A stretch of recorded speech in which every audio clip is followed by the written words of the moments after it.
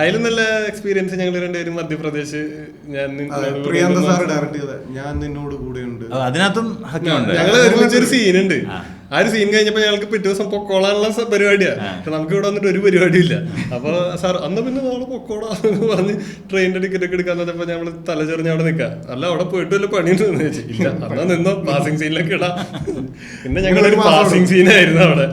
ഭയങ്കര ബ്യൂട്ടിഫുൾ ആയിട്ടുള്ള ഒരു സ്ഥലമായിരുന്നു മധ്യപ്രദേശിലെ ഉള്ളി പോയിട്ട് ഇറ്റാർസി. അവിടെ നിന്നും പോണം ഒരു 100 കിലോമീറ്റർ പോയി. ഒരു പ്രാവശ്യം ഡ്രൈവർ ഇല്ലാണ്ട് ഇവനായിരുന്നു മുഴുവൻ. പിന്നെ ഞാനേ പ്രൊഡക്ഷൻ ഞാനേ വണ്ടി ഓടിക്കുക. അവിടെ 5 മണിക്ക് നമ്മൾ അവിടെ നിന്ന് പോരും.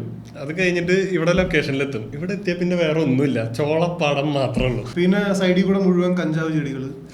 പിന്നെ അവരൊരു വാറ്റ് ഉപയോഗിക്കും, മരത്തിന്റെ പൂവ്. അവിടുത്തെ മരം മഹുവ എന്ന് പറഞ്ഞിട്ടുള്ള സാധനം, ഒരു വാറ്റുണ്ട്, അതാണ് അവര് കുടിക്കണേ. ഞങ്ങള് ചെന്നപ്പോ ഈ സാധനത്തിന് 20 രൂപ 50 രൂപ ഉണ്ടായിരുന്നുള്ളൂ. ഡിമാൻഡ് കൂടി പോയി സാധനത്തിന് 200.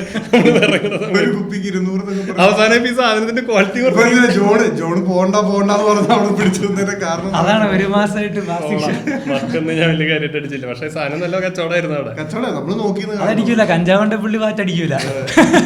എനിക്ക് ഡ്രൈവ് ചെയ്യാൻ ഉപയോഗിക്കാനും പറ്റും. വെറുതെ അത് ഇറക്കിയത്. ഇവനായിരുന്നു അവിടെ ഒരുപാട് ആൾക്കാർക്ക് പറമ്പി തൂറാനുള്ള മോട്ടിവേഷൻ.